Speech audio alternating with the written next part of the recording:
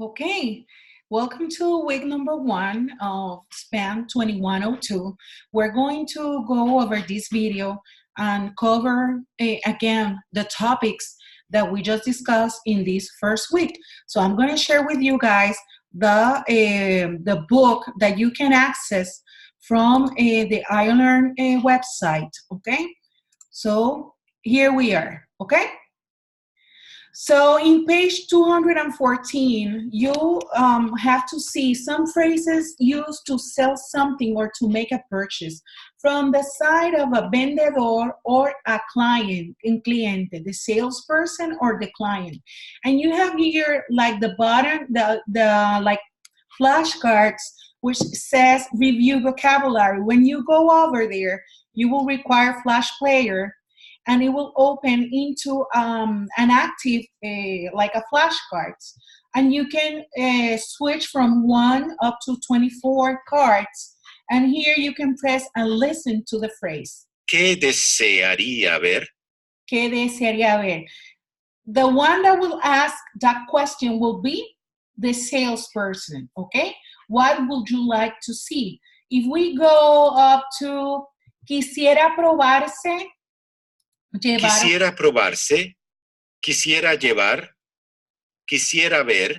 This will be a question that a salesperson will also post, okay? So that's a good tool that you have at your hands. And remember the kind of questions that the salesperson asks, okay?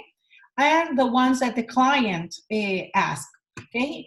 If I want to take everything with me, I'll take it them. I say me lo llevo, if I am referring to a masculine noun. Me la llevo, if I am buying a purse, which is a feminine.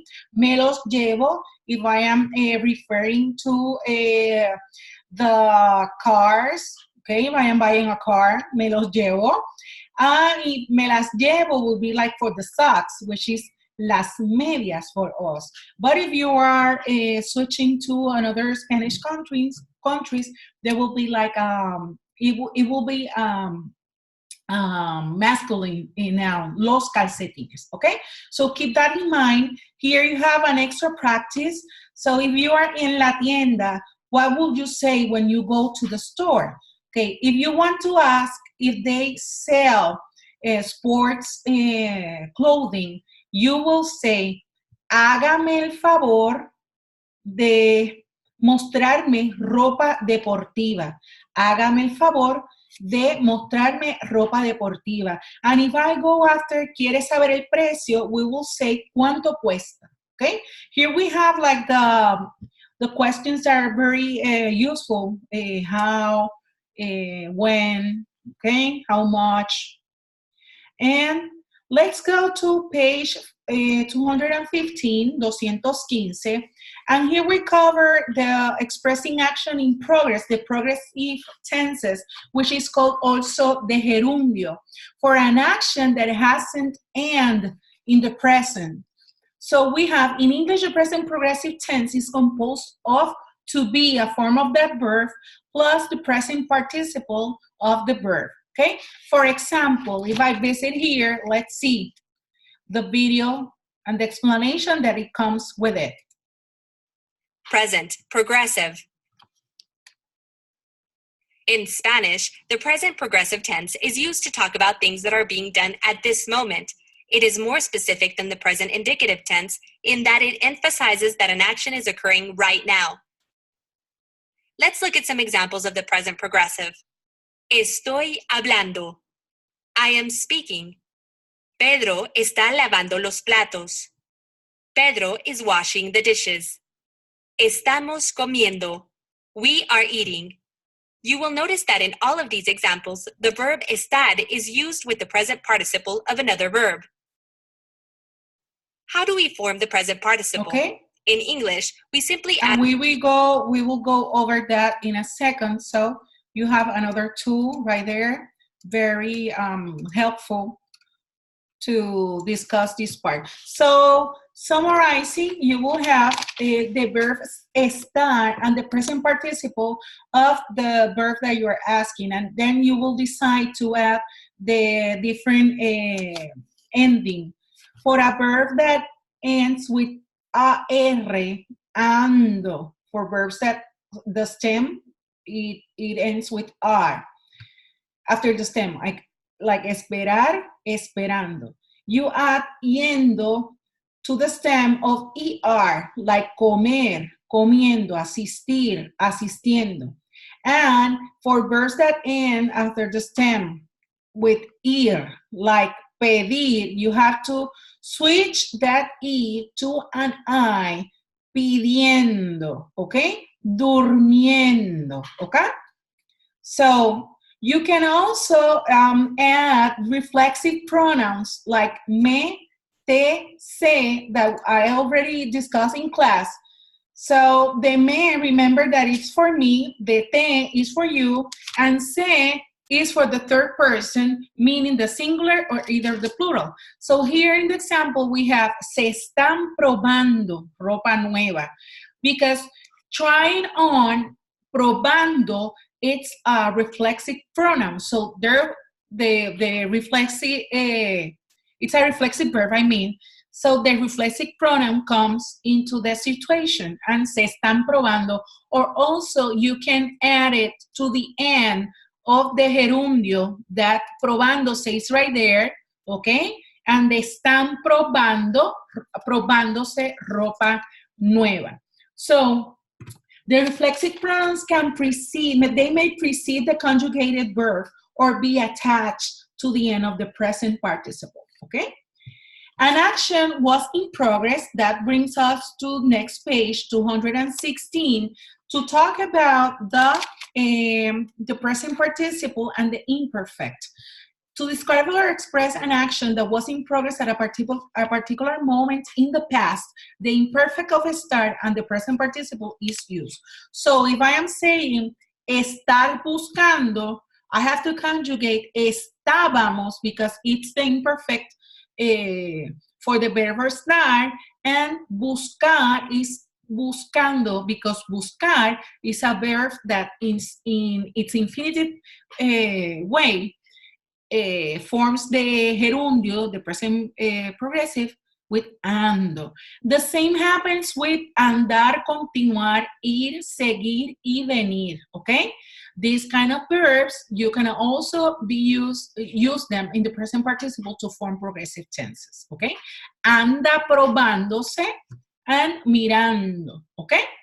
Practice the section 7.7 in the shopping mall, en el centro comercial, and here you have an example, maite comer en un café. This phrase is given to you, and what you have to do is to conjugate the appropriate form of the verbo estar, and also put the gerundio of the verb, the infinitive verb. So, for example, maite comer un café, you have to say, maite está comiendo en un café. If I choose from number 7, los jóvenes oír música, oír is an irregular verb. Keep in mind that you have to switch because that stem comes to oír, okay? And you switch that I to a Y and then the end. So it will be los jóvenes están oyendo música, okay? So if I do it right here, oyendo, okay?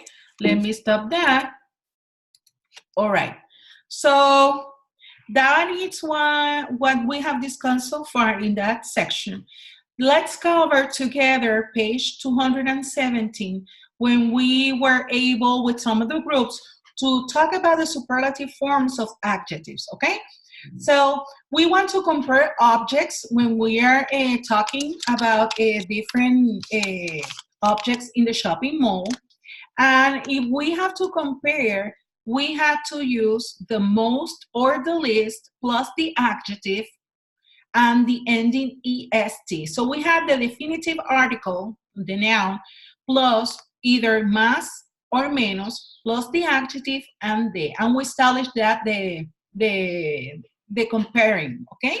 So if I have a sentence like, Antonio compró la cadena de oro más cara de la joyería, Antonio bought the most expensive gold chain in the jewelry store. You see here that it's comparing that cadena de oro, which is the noun, la, it's the definite article, because it's a feminine, we have to use la, and the noun, cadena de oro. The whole construction, this is the noun, describing that it was the most expensive, and de, okay? So we have the noun, la cadena de oro, that whole expression, más, which is the most, the adjective, cara, expensive, and de, the preposition de, which is in, okay? In the jewelry store. Also, in the irregular forms, mejor and peor, they also go before the noun. If I am talking about, tienen los mejores precios del pueblo, they have the best prices in town, you see los mejores, which is the adjective, the noun, and then the de with an L. For that construction, we can't say de el pueblo. So you see that that phrase combined, de plus el, okay? Los mejores precios del pueblo. And mayor and menor, they follow the noun, okay? Instead of being before, they follow. If I am referring to mayor o menor, la hija mayor de. So you have the noun, the adjective, and the preposition de. And after forms of ser, the verb ser, the noun is frequently omitted from superlative construction. So, sí, esta zapatería es la más grande de Quito. La zapatería es la más grande de Quito, pero aquella es la mejor. This shoe store is the largest in Quito, but that one is the best. Instead of repeating that aquella, another shoe store, again, mention the zapatería, we omit it and establish the comparison. So let's see in the video an explanation, very simple, of what this superlative it's about. Superlatives.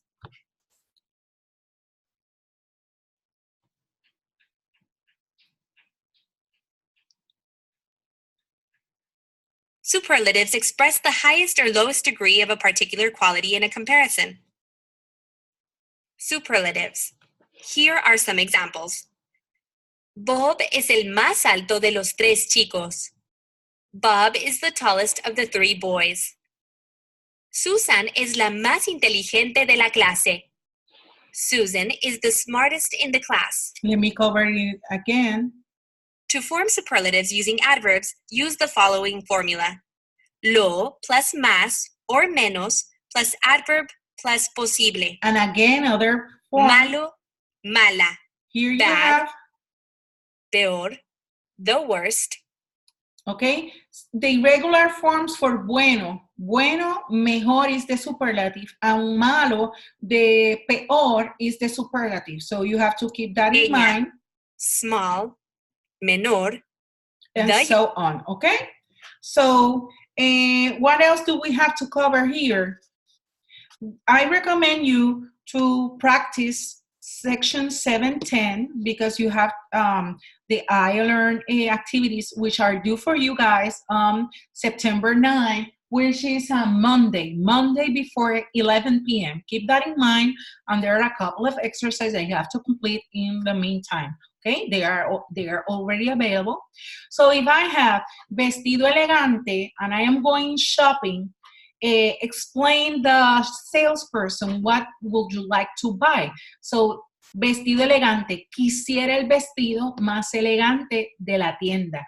If I am referring to number 8, pantuflas barato, you will say quisiera las pantuflas más baratas de la tienda. Remember that adjective, we have to take into consideration that the gender and the number are applied there. So if I have a singular noun, the adjective will be singular, and the feminine will require a feminine adjective, or so on, okay?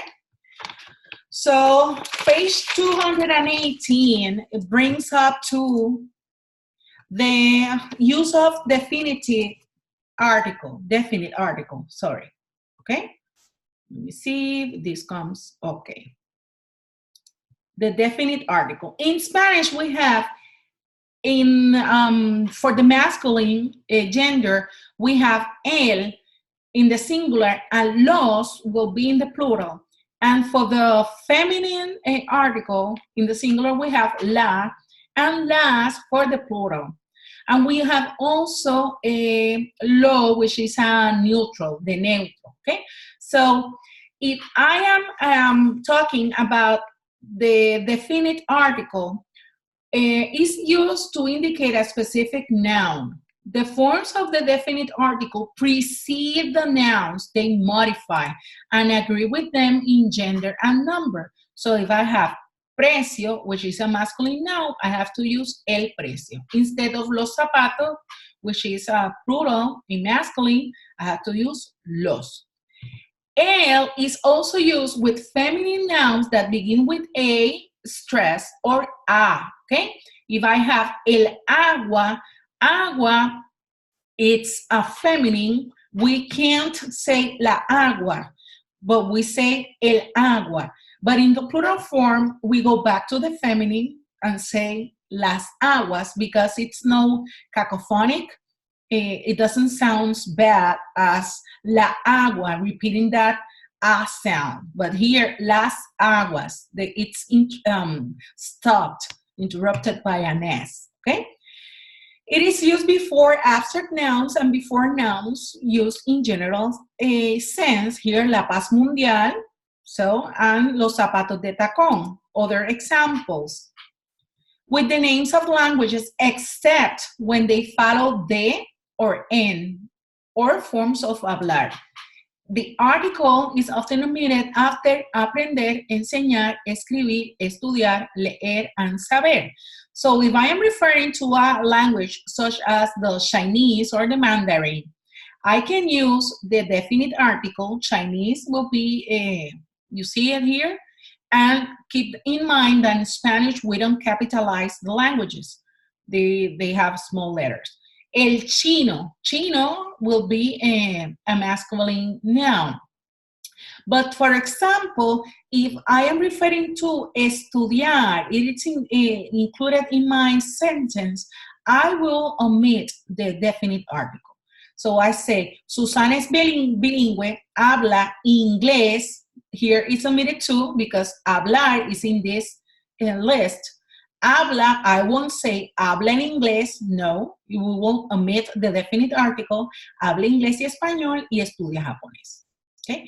Before titles, except don, doña, which is referring to old people with respect, san, santo, or santa, which is they are referring to saints, when speaking about a person, but omit it when speaking directly to the person.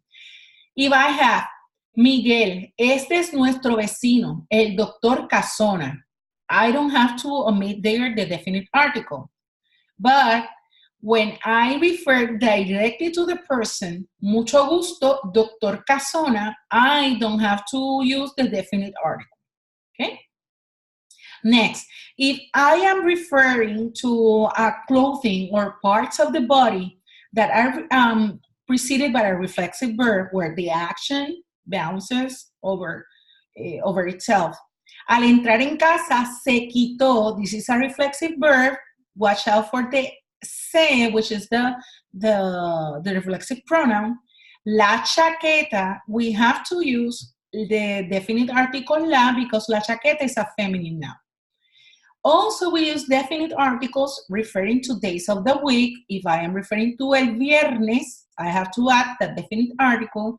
And also, if I am speaking about domingo, referring to the shopping mall is not open on Sundays, los domingos. If I have to tell time, meaning generally o'clock, we say a las 10 de la mañana. That definite article here, las, okay? And with the name of certain countries and geographical areas, you have to learn those, okay? Africa, Canada, Estados Unidos, these require a definite article. Estados Unidos, it's a plural, and it has its masculine form. But if I am referring to la península of La Florida, and also el Perú. If I want to refer to a quantity or weight, I will use la libra, the pound. And here comes the other form of the definite article with the neuter article, lo, plus the masculine singular form of an adjective can be used to describe general qualities and characteristics. So I have bueno, which is a singular form of an adjective, good. And if I have that definite neutral article, lo, I am describing it as a characteristic, okay? Lo bueno, the good thing. And the words más or menos can precede the adjective. So I have the definite neutral article, lo, importante. But if I want to establish the comparison here, I'm using the superlative más, lo más importante. You will put that superlative in between the lo and the adjective. And here are common expressions with the neutral forms of lo. Okay, so that's it. I hope that you can find this interesting and more clear information. Remember that you have those exercises that are due next Monday, September 9, before 11 o'clock in the night. And we will continue in class this material. So take care and hasta luego. Bye.